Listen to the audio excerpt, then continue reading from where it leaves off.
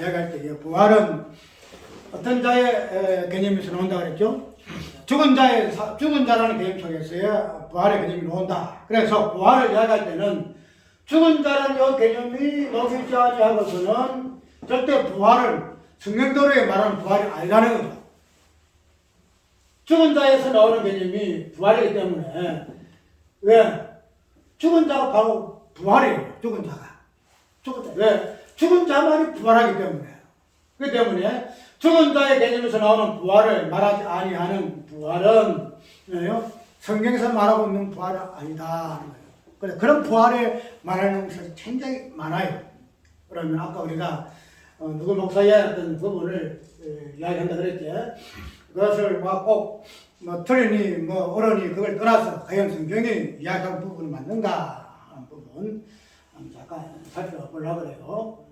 좀 이야기했듯이 그런 부분들이 설교를 올려놓고 설교하는 내용 맥락을 따라서 과연 그런 부분들이 짚어되는데 그렇게 앞으로 그렇게 될 수 있는 그게 내가 할 수 있을지 모르겠어. 그렇게 되면은 그래 참 좋아요. 근데 내가 지금 이거는 그 설교 전체를 갖다 내가 어떻게 이해를 하고 하려고 하면은 그 오랫동안 봐야 되겠죠. 볼 때는 듣고 좀 그 부분을 깊이 생각을 하고 난 뒤에 이런 일을 지적하는데 잠깐 아침에 잠깐 보고 이 부분 하려니까 그 중에서 딱 눈에 띄는 이 부분만 한 거예요.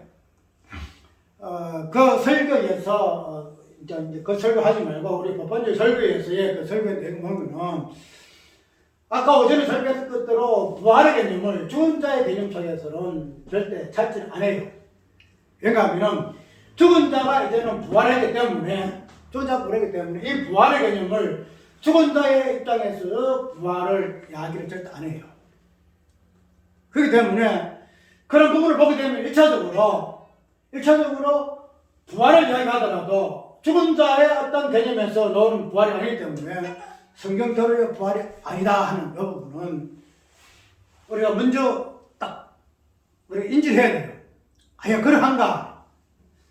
그러면은 우리가 보통 그 설교에 아까 아침에 잠깐 봤던 그 설교에서도 설교의 내용이 뭔가 하면은 부활을 이야기할 때에 부활은 산자의 개념 속에서 부활을 이야기해요. 산자의 개념 속에서. 왜냐하면 오늘 본문이 어떤 내용으로 되어 있죠?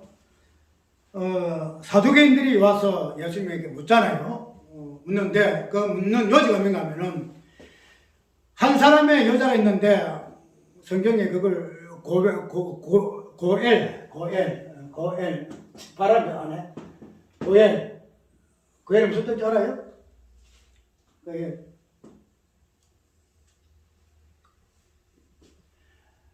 이 고엘의 이 사상이 나오는 데가 어디예요? 룻기. 보아스하고 룻이 원래 남편이 없잖아요. 근데 이 룻이 다시 유대 땅에 돌아와가지고 이 보아스라는 사람을 이렇게 남편을 만났는데 이 보아스가 정신이면 고엘. 자식 없는 여인에게 생명을 부여놓는 그런 고엘의 어떤 사상이 지금 오늘 본문 속에 나와요. 그래서 한 여자가 있는 남편 죽었어. 그래서 그 뒤에 또 아내를 삼았어. 또 죽었어. 자식 없어. 또 죽었어. 그 다음에 둘째, 셋째, 넷, 다섯, 일곱이 여자를 아내로 삼았어. 그러면은 만약에 부활이 딱 같으면은 일곱을 갖다가 아내로 맞은 이 상황에서 누구의 아내가 되냐? 첫째 아내가 될 것이냐? 둘째 아내가 될 것이냐? 기가 찬거라. 이거 보면은 이런 알고 있는 사실을 보게 되면은 부활이 있다는 것은 말도 안 됩니다. 말도 안 돼요. 왜? 일곱 여자를 갖다가 일곱 남편을 갖다가 둔 여자가 천국 올라가서도 누구의 여자가 마음에 드는 남편이 있으면 내가 이 사람의 아내가 되겠습니다. 그럴 것 같으면 할 수 있잖아요. 그건 다 상황에서 법적으로 아내를 삼았던 남자들인데 그런 상황에서 어떻게 천국에 가면은 이런 일이 있을 수가 있습니까? 그런 상황 생각하면 부활은 없습니다. 부활 없습니다. 이렇게 이야기를 해요. 그게 굉장히 현실적이죠. 그 사두개는 굉장히 현실적인 사람들이에요. 현실적인. 그래 현실에서 논리가 안 맞으면은 아니다는 거야. 아니다.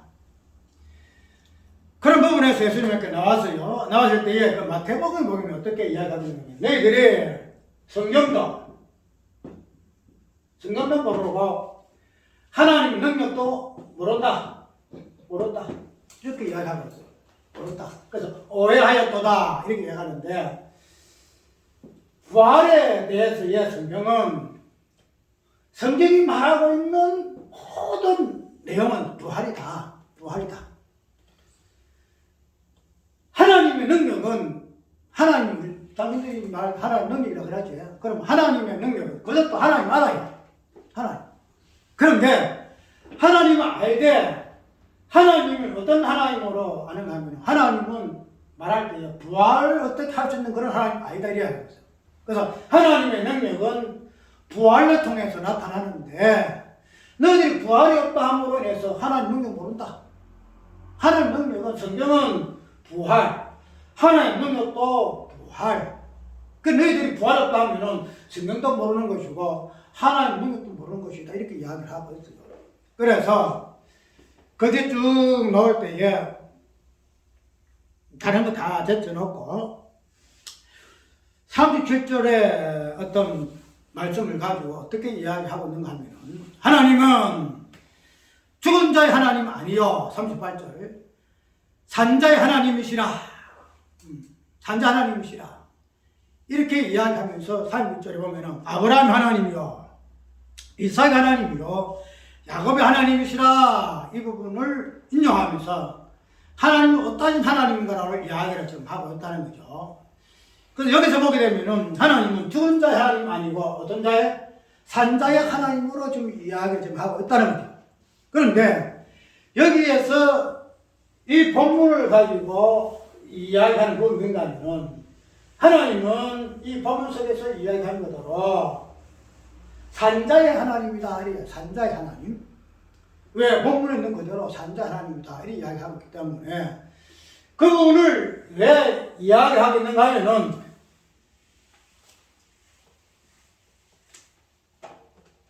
이 사두개인들이 지금 산자의 개념이 없지 않냐, 산자. 그러니까 부활이 없다 하지 않느냐.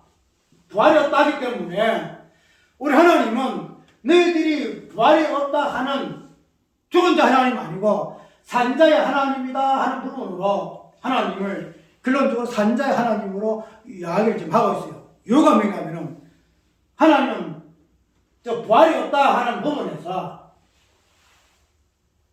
예수님이 이야기하는 부분이 하나님은 부활의 하나님이다. 산자의 하나님이라 이렇게 지적을 지금 하고 있는 거죠. 그런데 이러한 본문을 통해서 하나님은 산자의 하나님이시기 때문에 뭐한다? 부활은 산자의 어떤 개념 속에서 부활은 이루어진다 이렇게 이야기하고 있어요. 예. 본문 성경에서도 하나님은 산자의 하나님이시거든요. 죽은 자 하나님 아니라. 그게 하나님은 아브라함 하나님이요, 이삭 하나님이요, 아브라함 하나님인데 하나님은 죽은 자 하나님 아니고 산자의 하나님이다. 이렇게 이야기하는 것을 봐서는 분명히 하나님은 산자 하나님 맞아요. 근데 우리가 오전에 생각했듯이 부활이라는 산자라는 것은 죽은 자에서 나오는 개념이다. 죽은 자 나오는 개념이에요. 죽은 자 나왔어. 그 다음에 산자 넘어가는 거예요. 그러면 하나님이 왜 본문 속에서 왜 산자의 하나님으로 이야기를 했는가 하는 부분을 우리가 이해를 하고 부활을 이야기할 때에 산자의 개념이 나와야 되고 근원적으로 하나님은 어떤 하나님이다? 산자의 하나님이다라고 이야기를 해야 된다는 거야. 쉽게 말하면 산자 하나님은 죽은 자의 하나님이라는 부분에서 출발해야 돼요. 죽은 자 하나님으로부터. 그런데 오늘 본문 속에서 이야기한 것대로 하나님은 죽은 자 하나님 아니고 산자의 하나님이라 하는 이 부분을 가지고 하나님은 어떤 하나님이라? 죽은 자 하나님 아니고 산자 하나님이라 이야기되면은 무엇을 빠뜨는가 하면은 산자의 하나님이라는 의미가 무엇인가를 모르는 의미에서 이런 말이 나와요. 그래서 내가 지적하고 싶어요. 그래서 그 설교에서 하나님은 죽은 자의 하나님이 아니요 본문부터 산자 하나님으로서 설명하면서 부활을 이야기해요. 하나님 살았지 않느냐? 너희들이 부활이 없다 할 것 같으면 하나님은 산자 하나님 알지? 예, 산자는 부활의 개념이 있다고. 저 부활의 하나님 아니다 이 말이야. 근데 너희들이 부활이 없다 하는데 왜 하나님이 산자 하나님을 이야기하고 있느냐? 잘못됐지 아니하느냐? 이렇게 하기 때문에 여기에서 산자 하나님을 이야기하기 위해서는 죽은 자 하나님이 없고, 왜? 산자를 이야기해서는 죽은 자 개념이 빠져야 되잖아요. 죽은 자. 이야기하는 사도행전에 그렇게 이야기하고 있죠. 죽은 자 밖에 없다. 죽은 자 어떻게 살아? 그렇게 이야기하면 그들을 논리를 반박하기 위해서는 죽은 자 빼야 돼. 너는 아니다, 임마. 아니다. 하나님이 산자 하나님이다. 이야기할 수밖에 없다는 거야. 왜 이 부분이 잘못됐는가 하는 부분 한번 봅시다. 아까 우리가 27절에, 37절에 읽습니다. 죽은 자에 살아난다는 것은 모세도 가시나무 뜰이 가난 글에 보였으되 앞에 소두에 이런 글이 나오죠. 출애굽기에 보게 되게 되면은 오늘 있는 그대로 가시나무 뜰기에 어떤 사건이 나오죠. 저번에 우리가 읽었던 그대로 출애굽기 2장이에요.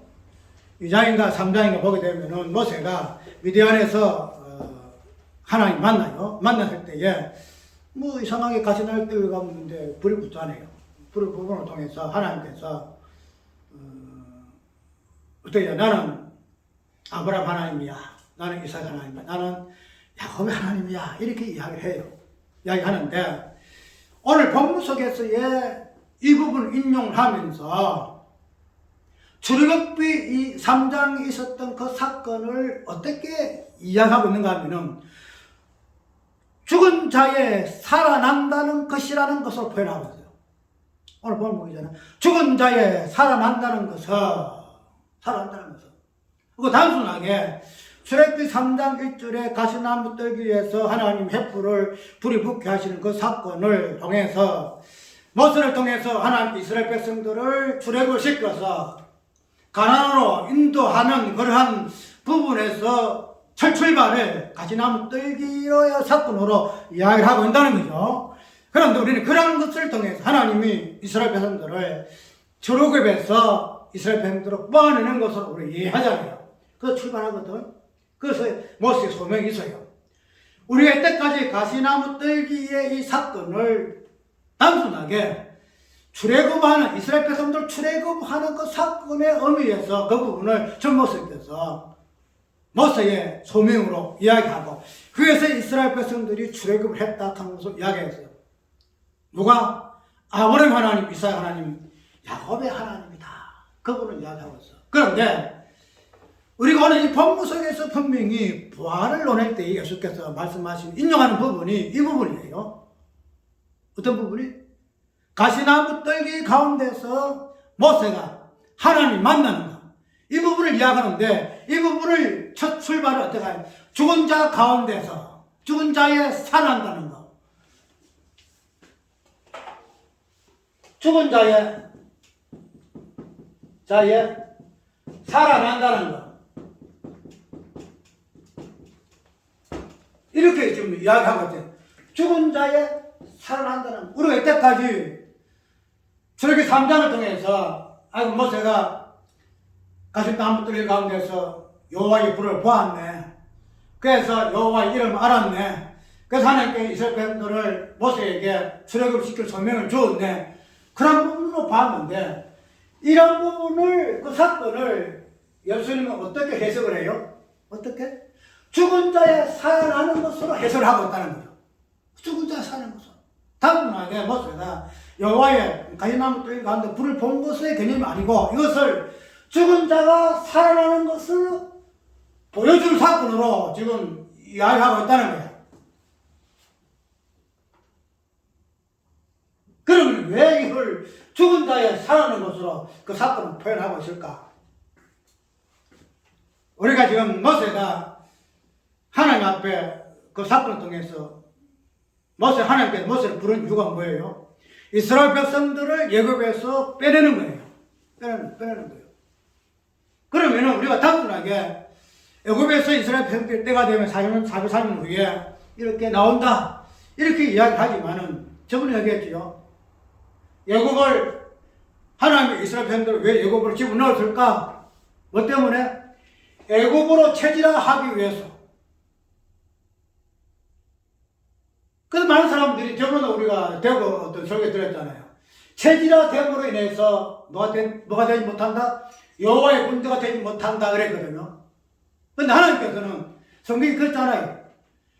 애굽 사람들과 체질화되어야 이것이 여호와의 군대예요. 왜 그럴까요? 애굽에서 제가 무엇인가 하는 부분들을 그들은 머리부터 발끝까지 그냥 삭간화된 거예요. 삭간화. 그렇게 하기 위해서 하나님은 430년 동안 애굽에 쳐넣은 거예요. 쳐넣은 거예요. 그러면 애굽은 어떤 장소예요? 사망 있는 곳, 흑암 있는 곳, 저주와 애굽 사망 흑암 있는 곳. 그러면은 애굽에서의 이스라엘 백성들은 지금 어떤 존재들이에요? 어떤 존재? 죽은 자. 죽은 자라. 애굽에서 하는 무슨 우상숭배요, 우상숭배도 가난이고 맞아요. 원망하고 불평하고 하나님 시험하고 그런 존재들이 애굽 사람들이에요. 애굽이에요, 애굽. 그럼 애굽에 있는 이스라엘 백성들은 어떤 사람이라? 뭐 말 것도 없잖아. 죽은 자들이야. 그래서 하나님은 애굽에 죽은 이스라엘 백성들을 지금 어떤 사건을 통해서 가시나무 떼기의 사건을 통해서 지금 뭐예요? 빼내는 거야. 죽은 자로서의 있는 애굽을 이스라엘 백성들을 살아내는 그러한 사건의 의미가 이 가시나무 떼기 꼭 가운데 있다는 거야. 그래서 우리가 단순하게 그냥 출애굽을 했다 이 부분은 아니고 출애굽의 이스라엘 백성들이 어떤 자냐? 성경 아까 이야기했도록 죽은 자와 부활, 죽은 자와 산자 이거 이야기밖에 안 해요. 십자가 부활밖에 이야기를 안 해요. 그러면은 성경에서 출애굽 3장에 나오는 그 사건도 죽음이 무엇인가, 산자가 무엇인가 이거를 지금 이야기하고 있다는 거죠. 그 되면은 우리가 이 사건을 통해서 예수께서 죽은 자 가운데서 산다는 것은 이렇게 분명히 얘기하고 인해서 마지막에 어떻게 이야기하고 있어요? 아브라함의 하나님, 이삭의 하나님, 야곱의 하나님으로 이야기하고 있다는 거죠. 내가 뒤에 이야기할 것인데 이 부분은 어떻게 이야기하는가 하면 잘 들으세요.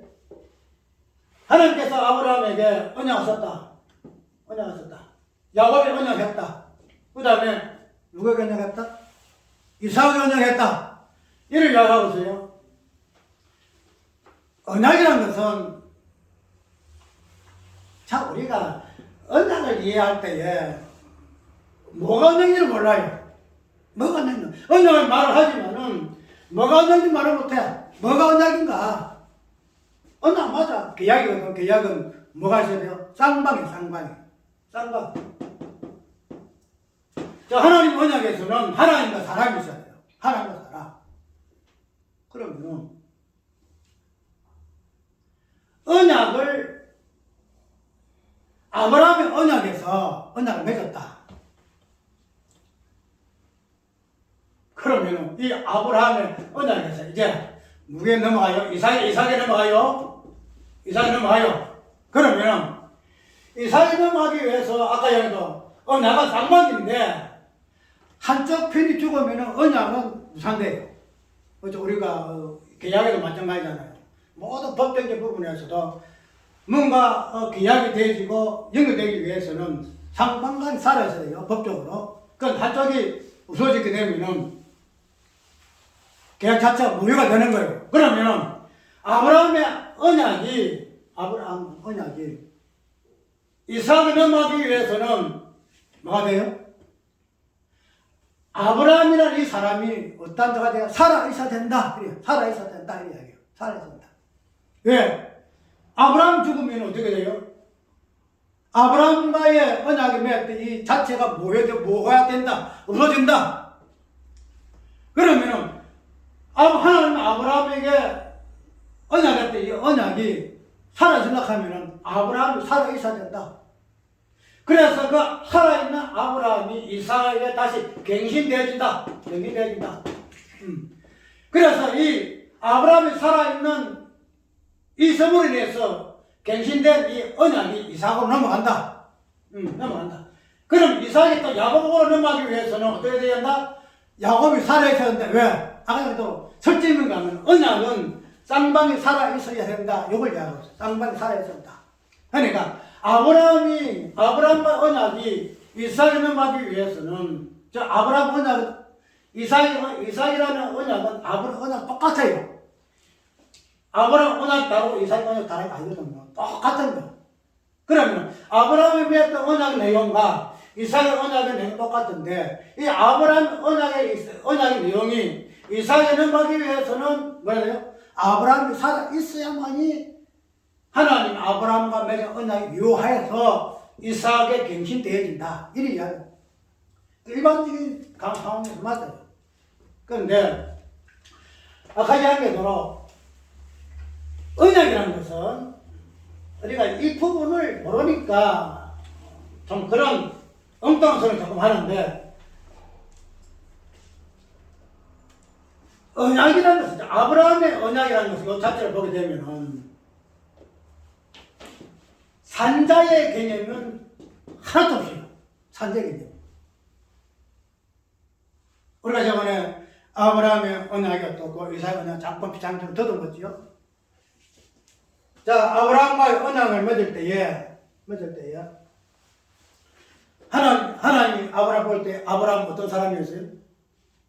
언약을 줄 때에 뭐해서 내가 너에게 아들을 주리라 했거든요. 아들을 주리라. 그러면은 아브라함이 이 언약을 받을 때에 어떤 상태였어요? 아들 낳을 수 있는 상태요? 아들 낳을 수 없는 상태요? 낳을 수 없는 상태. 아들 낳을 수 없는 90점이면 아들 못 낳아. 쉽게 말해서 죽은 자.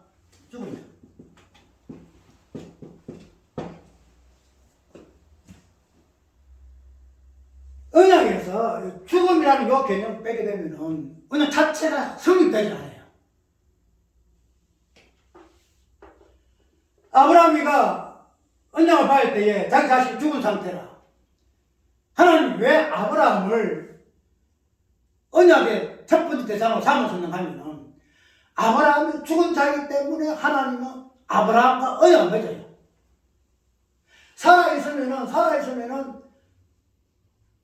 하나님 아브라함과 언약 안 맺어요. 믿을 수가 없어. 왜? 살았는데 왜 언약을 맺어요?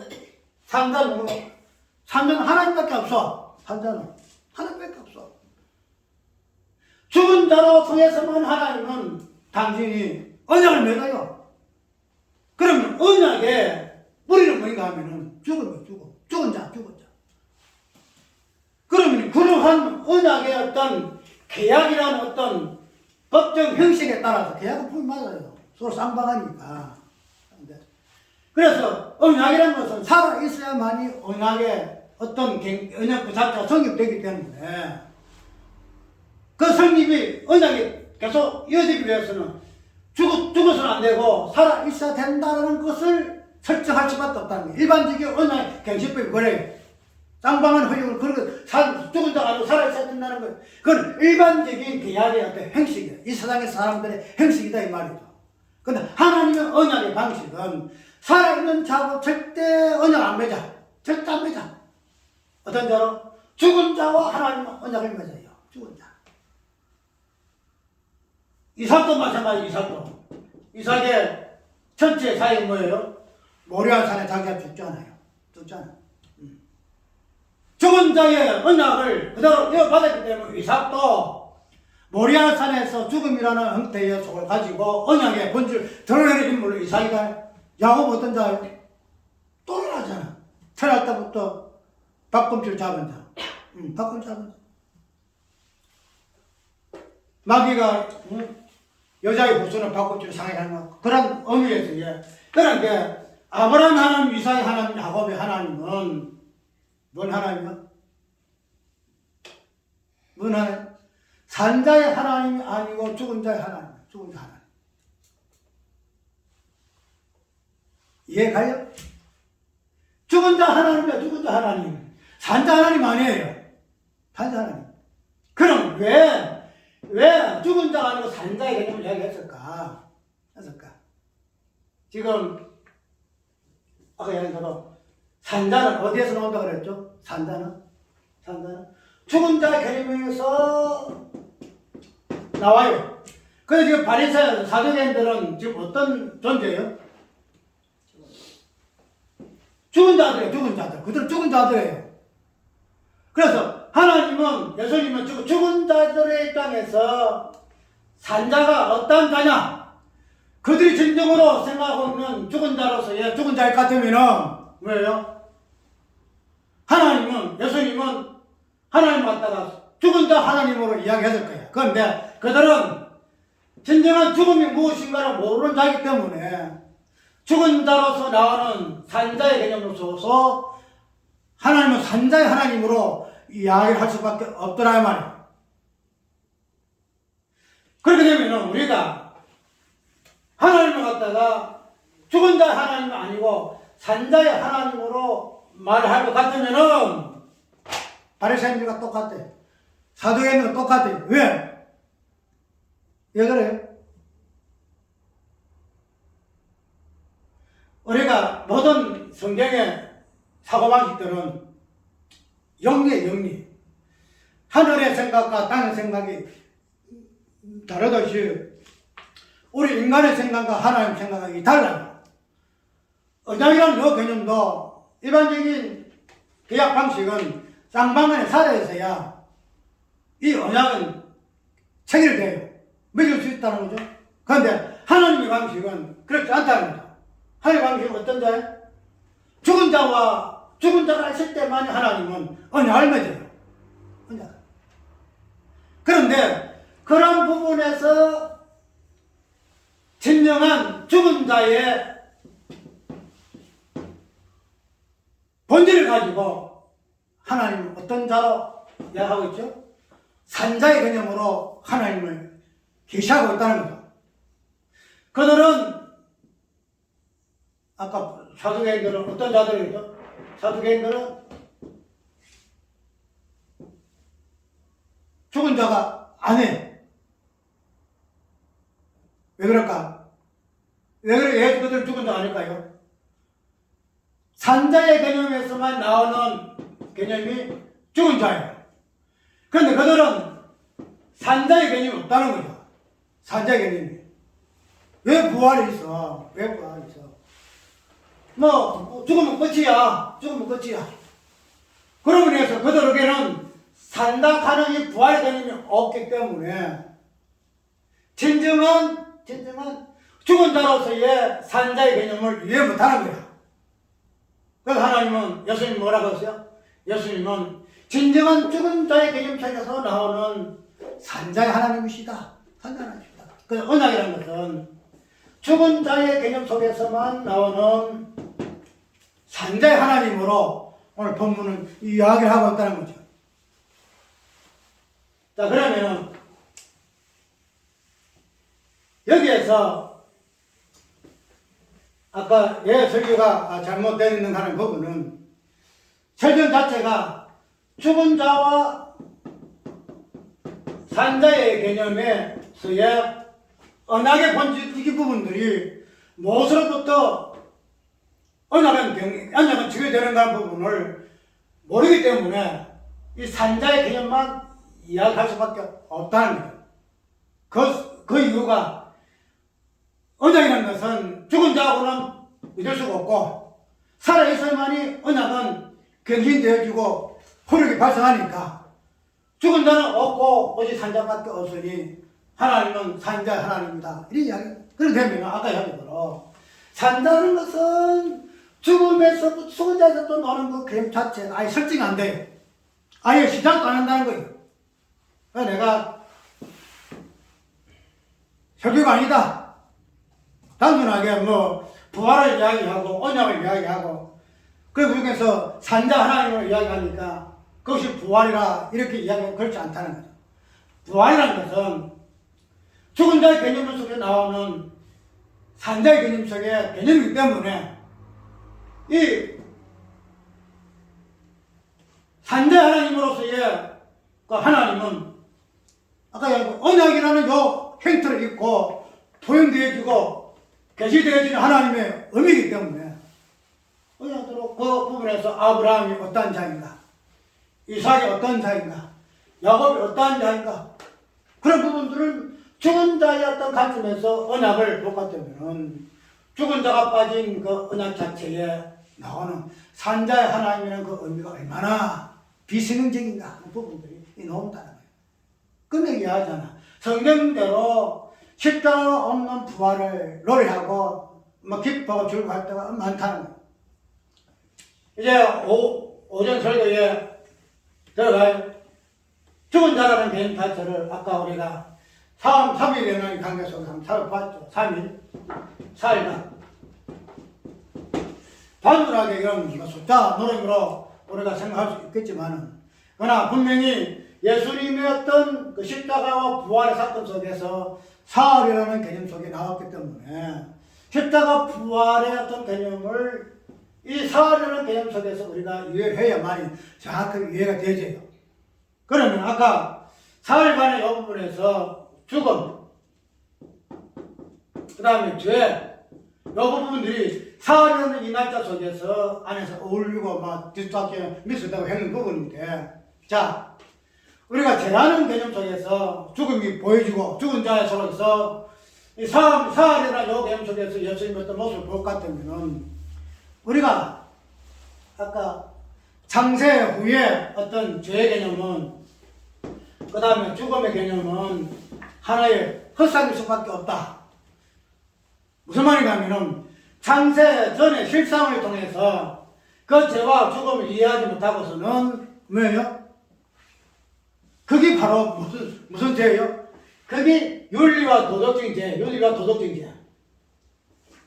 뭐 단순하게 뭐 윤리적인 관점에서 이러니 저러니 그런 부분을 이야기하니까 그것이 윤리고 도덕적인 관점에서 죄다 하는 이야기하지만은, 그러나 깊이 있게 생각하게 되면은 윤리와 도덕적인 개념은 창조 후에 발생되진 그 죄 개념을 죄다, 도덕이다, 뭐 죽음이다 이런 부분을 이야기하게 되면 그게 윤리와 도덕이에요. 윤리 도덕. 뭐 단순하게 어떤 무슨 이런 뭐라고 이야기하더라 그런 부분에서 윤리와 도덕을 이야기하지 아니하고 창조 전의 세계에서의 어떤 죄와 그 죽음을 말하지 아니하는 이 땅에서의 죄와 죽음은 그냥 그 자체가 윤리와 도덕으로 우리가 이해를 해야 한다는 거예요. 근데 성경은 윤리와 도덕이 아니잖아요. 자, 이 땅에서 창조 후에 생긴 그 죄와 그 죽음에 대해서는 성경은 그냥 부분적으로 이야기를 해요. 왜? 실상이 아니기 때문에. 그거를 보는 것 같이 희미하기 때문에 그래 이야기한다는 거죠. 그러면 창조 전에 윤리와 죄와 죽음이라는 이 부분은, 자, 아까 이야기했죠. 우리가 이 땅에서의 죄와 어떤 죽음을 가지고서는 죄의 본질을 모른다. 그 하나 단순하게 윤리와 도덕적인 부분이기 때문에 죄를 정확히 끄집어낼 수가 없어요. 분명히 그냥 로마서 2장에 있는 것대로 뭐 다가 그냥 우리 사람이라 같으면은 벗어날 수 없는 그 죄의 어떤 그 허물들이 직렬하게 표현되어 있지만은, 그러나 그런 것을 떠나서 이 세상에 있는 이 죄에 대한 이 부분을 가지고서는 정확하게 죄의 본질을 이야기를 못해요. 그런 식으로 정확하게 이야기할 수 있을 것 같으면은 뭐 창세 전에 죄가 무엇인지 죽음이 무엇인지 이 부분을 이야기할 필요가 뭐겠어요. 왜?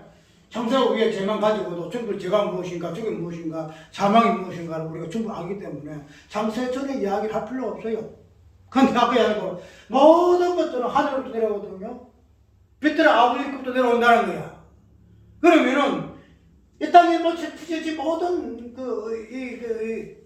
그 내용들은 하늘에 있었던 것들이 그냥 막 하늘에 햇빛이 땅에 비치던 것 같이 그런 부분으로 우리가 이해해야 할 것 같으면 이 땅님은 아무것도 안 하는 거야. 그러면 우리가 창세전의 그 죄와 그 죽음을 우리가 봐야 되는데 그 부분에서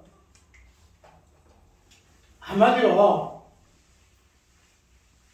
죽은 자가 무엇인가? 저 죄가 무엇인가? 죄를 통해서 죽은 자가 무엇인가 하는 이 부분이 뭔가 하면 창세전의 이 죄는 창세전은 이 부분이 모든 죄를 정리를 해요. 모든 죄를 단순하게 그냥 윤리도덕적인 뭐 로마서 있는 그 죄의 그 개념을 벗어날 수 없으니 의인이 없으니 하나도 없다. 그런 개념이 아니고 창세전에 있었던 그 죄의 어떤 그 본질에서 벗어날 수 없기 때문에 우리 인간은 의인 하나도 없다는 거예요. 죄 낼 수밖에 없다는 거예요. 그럼 그 죄가 뭐냐? 그 죄가 뭐냐? 그 죄는 아까 이야기대로 형부와 성자의 어떤 관계 속에서 죄 개념이 나온다 그랬죠? 죄 개념이 나온다 그래요. 그게 본질적인 죄예요. 그러면은 하나님의 입장에서 죄가 뭐냐? 죄가 뭘까요? 하나님 입장에서 죄는 뭘까 하면 성부 하나님이 성자 하나님으로 된 것이 죄예요. 성자 하나님. 성부가 성자됨이 죄다 말이죠. 성부가 성자됨이 죄라. 즉 아버지가 아들 낳음으로 인해서 그 자체를 뭐로 하느냐? 죄라. 그렇게 하는 거야. 그 죄라. 그러니까 어떤 이것을 우리가 죄를 행위적인 어떤 부분으로 볼 것 같으면 아버지가 아들이 되는 그 행위가 뭐냐? 죄를 짓는 행위다 이 말이야. 죄를 짓는 행위.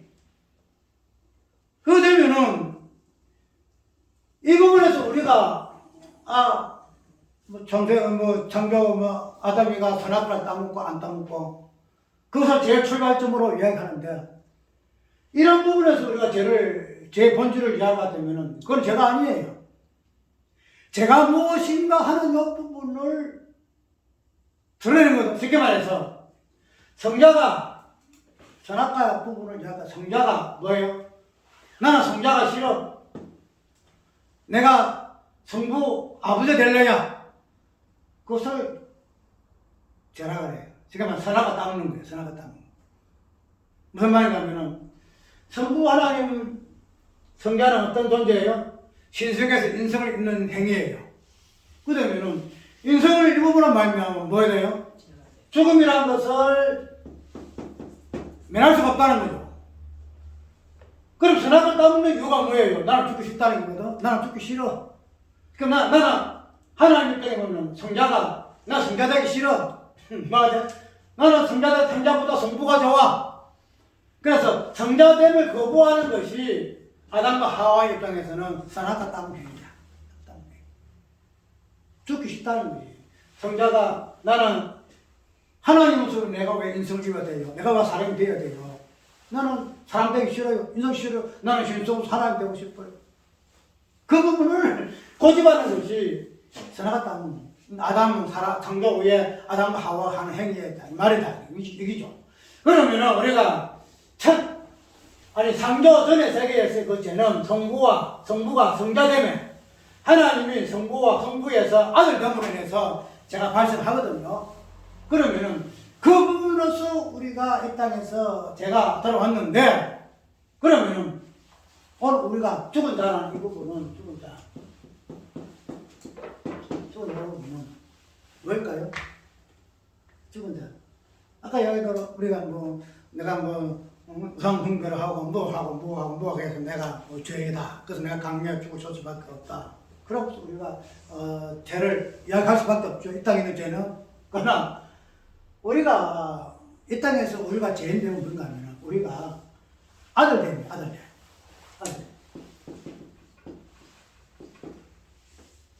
아들됨을 통해서 우리는 죄인돼요. 즉 죄라는 것은 내가 가만히 있다가 어디 돼요? 누구의 아들 돼요? 하나님의 아들 됨으로 해서 우리가 죽은 자가, 제로로 해서 죽은 자가 되어버려요. 죽은 자가. 하나님이 성부 아버지가 성자 하나님 됨으로 통해서, 그래서 하나님의 본질적인 부분에서 죄가 발생하듯이, 죄라는 것은 아들 됨을 죄라 이야기한다. 죄라 이야기한다. 그래서 우리가 도둑질하고 뭐하고 이런 부분을 두고 죄인된 거 아니에요. 뭐 된다? 우리가 예수 그리스도를 통해서 하나님의 양자됨, 이것이 죄인된 자의 본질이에요. 죄인된 자 본질. 그래서 우리 어떤 행위를 통해 죄인되는 거 아니에요. 그러면 아까 얘기했던 이 죽은 자는 산자가 되죠. 산자가 되죠. 죽은 자가 산자가 된다는 거예요. 그러면은 산자가 되기 위해서는 죽은 자가 되어야 돼. 죽은 자가 되기 위해서는 뭐가 돼? 아들 되어야 돼. 아들 되어야 돼. 그러면은 일반적으로 우리가 생각할 때에 예수 믿지 아니한 자들은 어떤 자예요? 아들 된 자들이요? 아들 된 자들 아니죠. 아들이 아니다 이 말이죠. 그러면은 어떤 자예요? 죽은 자예요? 죽은 자 아니에요? 죽은 자 아니야. 죽은 자 아니에요. 죽은 자가 돼야 산자가 되잖아. 죽은 자 안 되면 절대 산자 못 돼요. 그러면은 아들 되므로 인해서 이게 아들이 제가 인격화된 부분이고, 아들 된 부분은 예수님의 모습, 아들 된 예수님 모습이잖아. 그러면 죄를 통해서 아들됨을 통해서 죽은 자가 돼요. 그러면은 아까 이야기대로 예수 믿지 않은 자들은 하나님 아들 돼요. 아들 아요. 아들들이 아니란 말이야. 아들 안 돼. 그러면은 어떤 자요? 죽은 자요. 산자요. 죽은 자 아니라. 죽은 자 없이 산자야. 나는 죽기 싫다 하는 그런 존재야. 선악을 따먹으면서 죽음을 통해 산자가 되어지는 부분을 자기 유해해야 되는데, 선악과 따먹는 못 땄자. 너는 죽은 자가 되기 싫어. 산자 되고 싶고. 산자는 죽은 자를 통해서 산자 돼요. 그게 산자야. 그러면은 아까 이야기해도 예수 믿지 않는 자들은 아들됨이 없기 때문에 죽은 자가 될 수가 없어. 죽은 자가 아니기 때문에 뭐예요? 부활이 없어요. 부활이. 부활은 누구한테 있죠? 부활 소명은 우리에게 있잖아. 왜? 오늘 아들됨으로 죽은 자가 됐기 때문에. 왜? 아들됨은 우리의 어떤 과거에 이런 죄, 앞으로 무슨 죄 지어서 내가 죄인되는 거 아니에요. 하나님 창세 전에 당신이 삼위 어떤 십적 본질 속에서 성부와 성자를 통해 죄가 무엇인가를 드러내신 것 같이 창세 전에 우리를 당신의 아들들로 삼으셨기 때문에, 창세 전에 내가 이미 뭐예요? 아들됨으로 죽은 자가 된 자. 그 속에서 산자로서의 소망을 가진 자예요. 단 소망이 아니라 그냥 산자가 된 거지. 우리가 죄를 이야기할 때에 단순하게 우리 이 땅에서 뭔가 이러니 저러니 이런 죄까지 죄를 지어서 우리가 죄인 돼서 그런 부분들은 창세 후에 죄의 개념들을 통해서 죄인 되는 이야기예요. 그러나 성경에서 말하는 것은, 죄라는 것은 이 땅에서부터의 어떤 부분에서 죄가 절대 이야기 안 돼요. 그래서 성경은 죄가 들어왔다 이야기하고 있거든요. 죄가 들어왔다 이야기하고 있는데, 그런 부분들이 마귀라는 어떤 속성 속에서 아까 죽지 않고 사고자 하는 그 부분들을 이야기하고 있지만, 그러나 죄의 어떤 속성 본질, 작은 본질은 아버지가 아들 됨에서, 아버지 아들 때문에 그 관계 속에서 죄의 개념이 나온다는 거지. 그래서 우리가 이야기대로 부활을 이야기할 때는 죄가 있음으로 인해서 죽은 자가 되지는 말미암아 산자가 되어지는데, 그 죽은 자는 로마서 있는 그 1장 6절까지 있는 그 죄의 어떤 부분들 뛰어넘어서 성경이라는 것은 성경에는 것은 부분적이에요, 부분적. 로마서에 있는 그 죄와 의에 대해서 이야기하는 것도 부분적인 거예요. 왜? 아까 이야기했잖아. 사도 바울이 이야기했잖아. 우리가 알고 있는 것은 지극히 부분적이다. 사도 바울도 그 로마서를 쓰면서 죄에 대해서, 의에 대해서, 제가 왜 들어왔고, 제가 어떤 부분이고 다 설명한 것도 이 부분적이에요.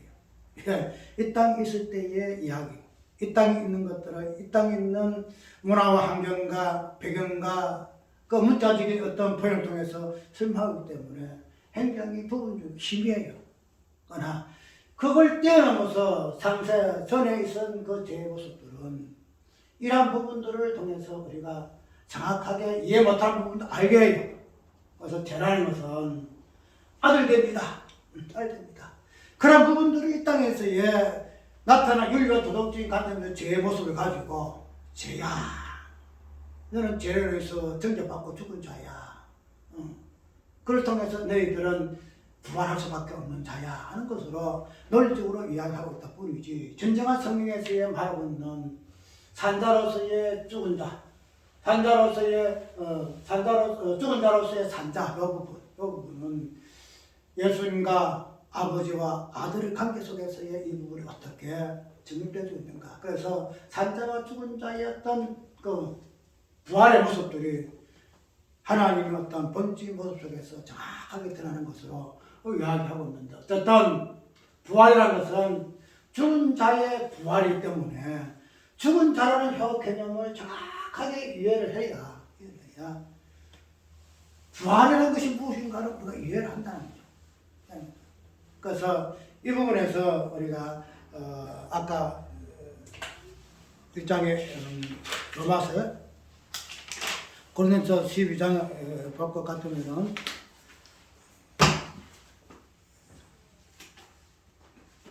우리가 이거 이제 적용을 하게 될 때는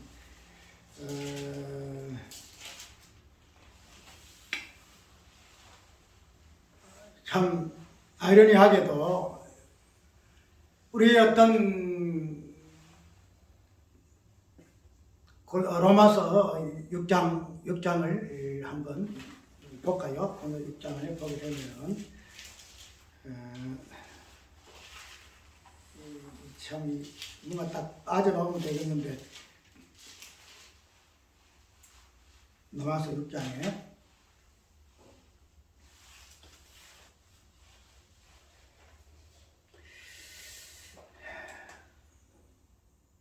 우리가 8절 한번 만일 우리가 그리스도와 함께 죽었으면 또한 그와 함께 살 줄을 믿노니 이는 그리스도께서 죽은 자 가운데서 사셨음에 다시 죽지 아니하시고 사망이 다시 그를 주장하지 못할 줄 아노라.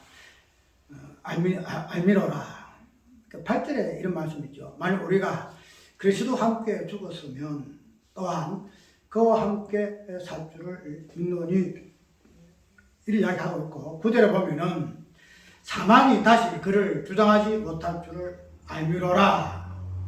그 다음에 11절에는 이 부분을 어떻게 이야기하고 있어요? 너와 너희도 너 자신을 죄에 대하여 죽은 자요 그리스도 예수 안에서 하나님을 대하여는 산자로 여길지어다. 여길지어다 이야기하고 있죠. 우리가 이 부분에서 마지막 11절에 너희 자신을 죄에 대해서는 너희 자신을 죽은 자요. 그 다음에는 그리스도 예수 안에서 하나님을 대하여는 산자로 여길지어다 이야기하는데 이 산자로 여길지어다 하는 이 부분은 상태적인 개념이에요. 상태. 어떤 현상의 개념이거든요. 그래서 이런 부분을 가지고 우리는 확신이라 말을 많이 하죠. 확신의 긍정적인 어떤 확신 이 부분 옛날에 굉장히 베스트셀러로 했죠. 긍정에 대한 어떤 힘이라 해가지고 많은 책이 팔렸잖아요. 기독교에 있으면서. 그래서 긍정적인 삶이 얼마나 한가 부분을 이야기하고 있는데 그래서 여길지어다 하는 부분은 내가 그러한 자로 생각하고 확신할지어다 하는 이 부분이거든요. 그런데 어떻든 이 죄에 대해서는 죽고 하나님에 대해서는 산자로 죽고 산모에 대해서의 여길지어다 이렇게 이야기를 지금 부분을 하고 있죠. 그러면은 우리가 여길지어다 하는 이 상태적인 개념을 아까 얘기했도록 8절에 어떻게 이야기했죠? 믿음으로 이야기하고 있죠. 이보니까 만약 우리가 그리스도와 함께 죽었으면 또한 그와 함께 살 줄을 믿노니. 그 다음에 이 부분을 9절에서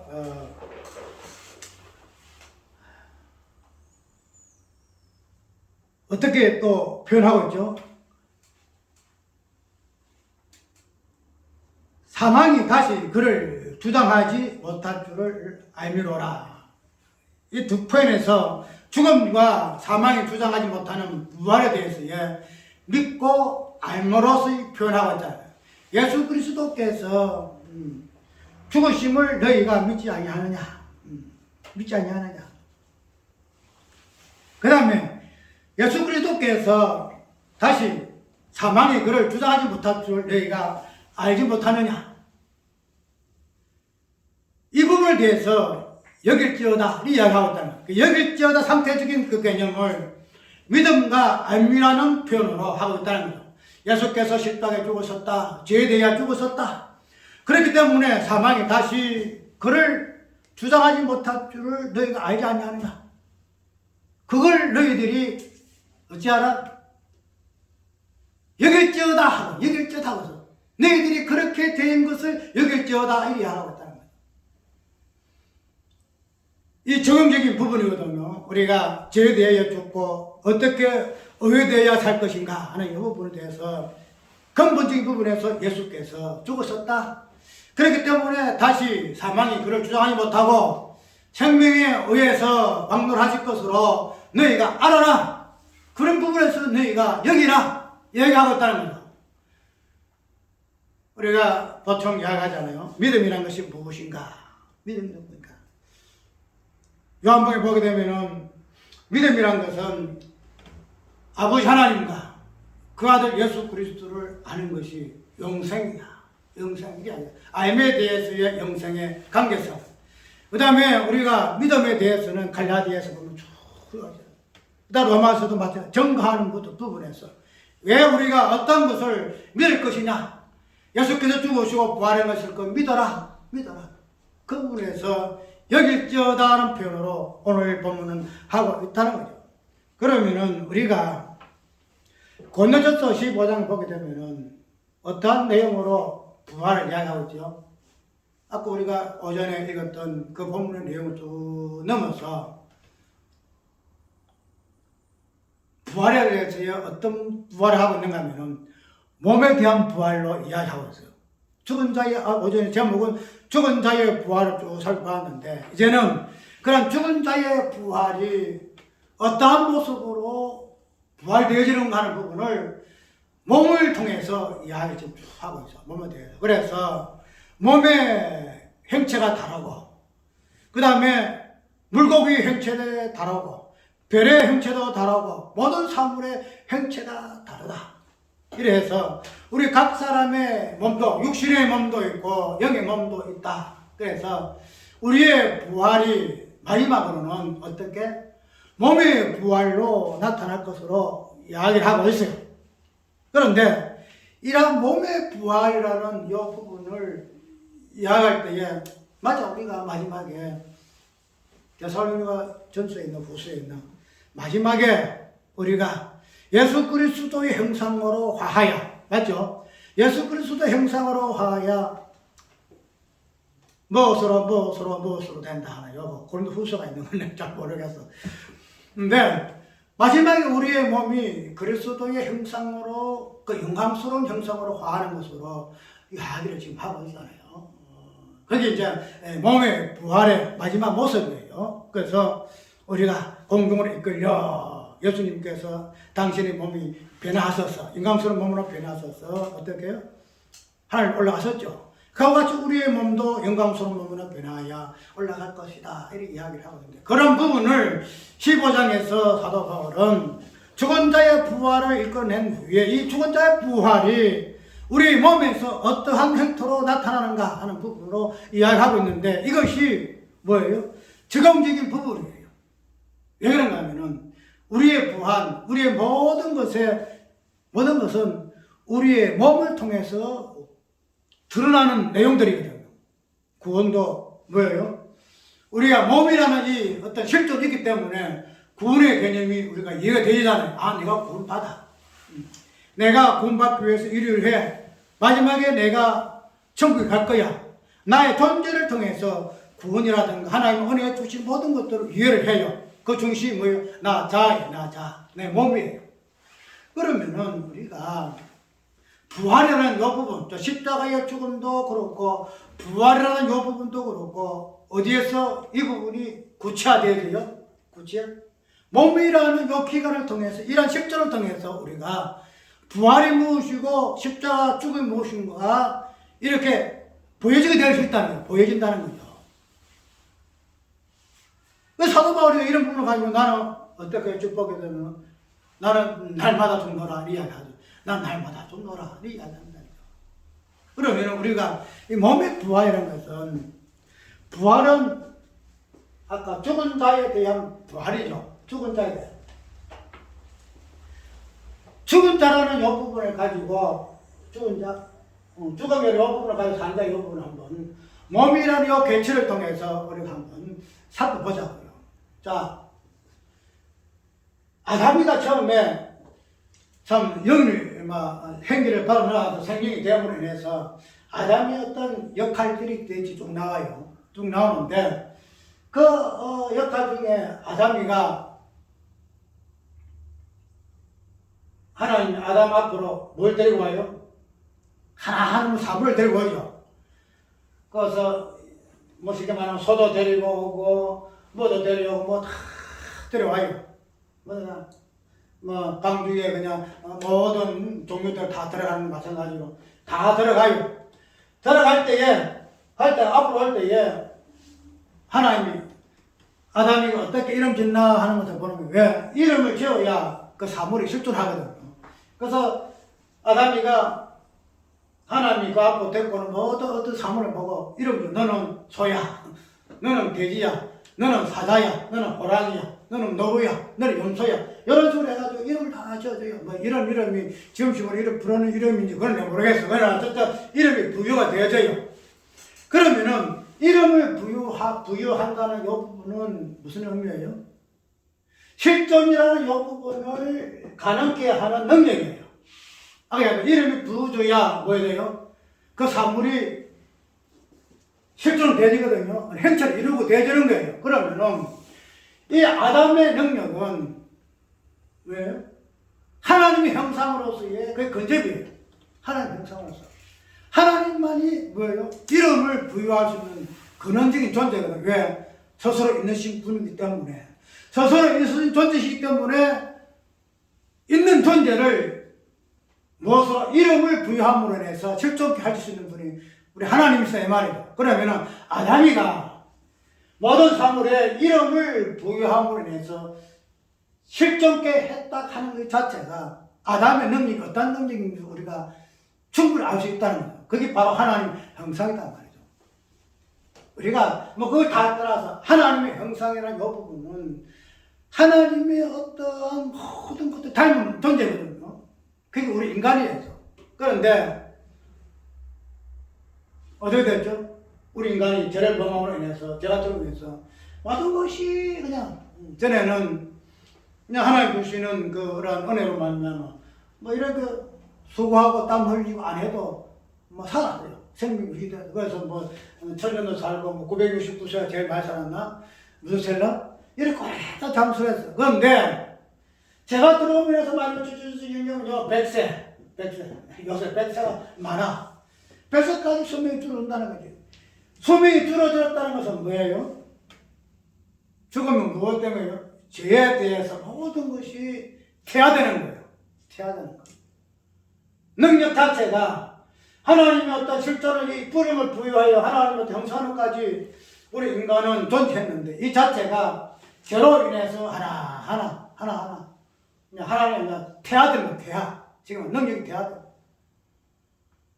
그런 부분을 보면은 우리가 죽은다라는 이 부분은 뭔가 하면은 그 죄로 인해서 고발당함으로 인해서 우리의 그 능력이 하나하나 빼앗기는 거예요. 한 능력이. 태아다, 태아되는 거예요.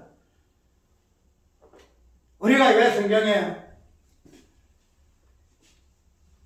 예수님께서 은사적인 부분이 나타나는 알아요? 은사적인 부분? 저번에 이야기했죠. 성령의 은사는 단순하게 어떤 누구 좋으라고 주시는 것이 아니다. 은사 그 자체가 무엇을 했죠? 구원이다. 그랬죠. 구원. 은사가 몸의 내면적인 우리 그 사람의 구원을 이야기할 것 같으면은 열매는 뭐예요? 우리 내면적인 속 사람에 대해서의 구원의 어떤 진포가 열매와 은사로 주어졌다. 우리가 죄를 처음 들어오기 전에 우리의 몸과 우리의 상태는 지금 같은 이런 존재가 아니에요. 즉 예수님께서 살아계실 때의 그런 모습이에요. 살아계실 때 그 모습. 그런 모습이 우리의 몸의 모습이었다.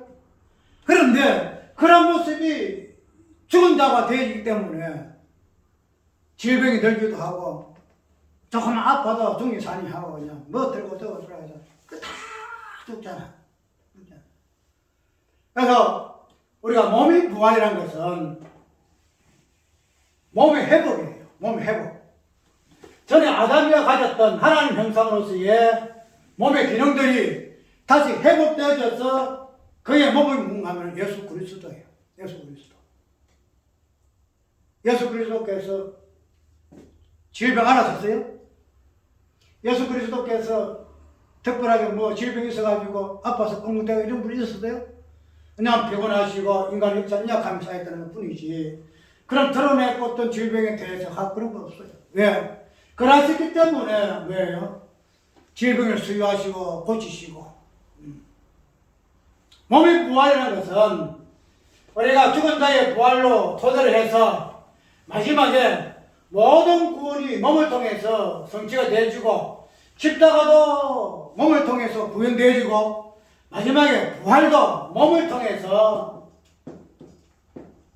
나아질 것 같으면 이 몸의 부활이 뭐냐? 은사와 열매를 통해서 내적으로도 외적으로도 우리 몸이 예수 그리스도와 같은 그런 몸으로 뭐예요? 회복되어지는 것을 몸의 부활이라 한다. 부활한다. 근데 이런 부분이 완전하진 않아요. 왜 그래요? 아까 얘기했던 우리가 아는 것이 부분적이고 우리의 깨닫는 것도 부분적이요. 완전하지 못하기 때문에 우리가 몸의 부활을 추구하고 몸의 부활을 소망해야 되고 이 몸의 부활을 통해서 몸의 회복을 통해서 부활이 무엇인가 부분을 이 땅에 살 때에 체험하고 누리고 즐거워하고 기뻐해야 할 것이나 우리가 지금 이해하고 있는 부분들이 부분이기 때문에 몸의 부활을 통해서 완전한 어떤 부활의 어떤 부분들을 체험을 못해. 여러분 우리가 부활을 할 때에 단순히 마지막에 우리의 몸이 예수 그리스도가 완전한 몸으로 변화돼 가지고 부활의 행차를 통해서 올라가는 그런 부분을 소망을 하고 있지만은 그러나 우리가 이 땅에 살아있을 때에 몸의 부활을 통해서 우리가 누리고 즐겨할 것은 예수께서 이 땅에 사셨던 그 성경이 우리에게 주셨던 은사적인 부분, 열매적인 부분들을 우리가 몸의 부활로 얼마나 기뻐하고 즐거워할 것인가, 얼마나 누릴 것인가. 그게 깊이 넓이 다 달라요. 다 달라. 높이 넓이 있는 사람, 깊이 있는 사람, 높이 이 부분들이 많을수록 이 부분을 많이 느끼겠죠. 그런데 우리가 이런 부분에서 너무나 제한을 많이 하고 있기 때문에 부활을 이야기하고 몸을 통해서 부활의 개념이 정리가 되지 할 것인데도 우리가 이 부분에서 부활의 개념을 모른다는 거야. 열매 개념에서 부활의 개념을 못 찾기 때문에 몸의 부활을 통해서 나타나고 있는 은사의 개념과 열매 개념이 소멸되어지더라. 그래서 성령을 소멸치 말고 허물지 말고 우리가 이러한 부분들이 단순히 은사주의 무슨 어떤 그런 부분으로만 우리가 유의하고 아니야 할 것이 아니라 분명히 사도 바울도 몸의 부활을 이야기하고 있는데 마지막에 이루어질 그 몸의 부활을 이야기하고 있으나 그러나 우리가 구원도 지금 현재적인 구원을 우리가 이야기하고 있죠. 맞죠? 하지만 내가 하늘나라에 들어갈 것이 하는 그런 부분을 가지고 나는 아직 구원 못 받아서 하지 안 하잖아요. 내가 이미 구원 받아서 이미 그러나 아직 우리가 쉽게 말하면 아직 구원의 의미와 아직 같으면서 내가 말을 할 수 있을 것 같으면 부활도 마찬가지예요. 부활도 이미 아직 몸의 부활로서 이미 내가 부활했으니 그 몸의 부활의 흔적들을 무엇으로 나타낼 것인가? 이 부분도 오늘 우리에게 지금 만날 1년에 한 번씩만 이렇게 하는 그 부활을 통해서 이야기할 것이 아니고 매일 부활을 통해서 우리의 몸을 통해서 우리가 부활을 느끼고 부활을 체험할 수 있는 이런 부분에서 부활을 다시 정립하는 우리가 되어져야 한다는 거죠. 그래서 오늘 고린도전서 15장을 통해서 또 특별히 마태복음, 누가복음을 통해서 부활이라는 것이 과연 무엇인가? 이 부분은 부활은 산자의 부활이 아니고 죽은 자의 부활이다. 하나님이 왜 산자의 하나님으로 이야기할 수밖에 없는가? 산자의 개념은 죽은 자의 하나님으로서밖에 표현되진 부분이 없기 때문에 죽은 자가 아니면 절대 산자가 아니에요. 그 산자 하나님으로 이야기하는 부분은 죽은 자의 하나님이시다 이 부분이에요. 그래서 사도교인들은 너희들은 죽은 자가 아니지 않냐? 예. 너희들 하나님 아들이 아니야. 하나님 아들이 아니기 때문에 너희들 죄가 없어. 죄가 없어. 그 너희들 죽은 자가 아니야. 그러니까 너희들은 결과가 없어요? 너희들은 부활이 없어. 맞아, 너희들은 부활이 없어. 그러나 하나님은 죽은 자 하나님으로서의 산자 하나님이야. 그 부분을 출애굽기의 어떤 그 사건, 모세 사건을 통해서 죽은 자가 어떻게 부활을 하는가 하는 부분을 이야기하는 것이에요. 우리가 부활을 원할 때에 꼭 죽은 자의 개념 속에서의 부활을 이것이 언약이더라. 아까 형님들은 그래서 죽은 자의 개념에서 산자의 하나님을 끄집어내야 그것이 성경대로의 부활이다. 그렇지 아니하는 부활의 세계는 깜이랍니다. 그래서 강하게 이야기해요. 그래서 우리가 어떤 참 다른 부분을 보게 되면은 조목조목 성경 공부하는 부분에서 많은 유익도 있지만은 그러나 결론적으로 우리가 성경에서 말하고 있는 그 설교도 마지막에는 그래요. 우리가 산자가 되었으니 어떻게 돼요? 그때 쭉 나와요. 가부의 가사를 삼기 있어서 아니 되고 뭐 회수는 아니 되고 그래서 긍휼과 사랑을 베풀어야 되고 그래서 우리가 어떻게 살아야 할 것인가 하는 부분으로만 이야기하지 진정한 산자로서 죽은 자로서의 산자로 부활하신 예수님이 어떠하신 삶을 사셨는가 하는 그 예수 그리스도를 정결하지 못해요. 그게 참 문제예요. 우리가 성경을 공부식으로 이렇게 끼워맞추고 저렇게 끼워맞추고 이렇게 참 연결시키는 거 좋으나 그러나 성경은 어떤 그런 부분을 공부하는 것이 아니고 결론적으로 예수 그리스도가 누구신가 부활을 통해서 예수 그리스도가 누구신가 그 십자가와 부활의 관계성이 무엇인가 한 부분을 이야기해야만 그것이 성경대로의 설교고 해석이라는 사실 우리가 앞으로 성경을 이야기할 때 꼭 불을 깔고 이야기할 수 있어야 합니다. 잠시만요.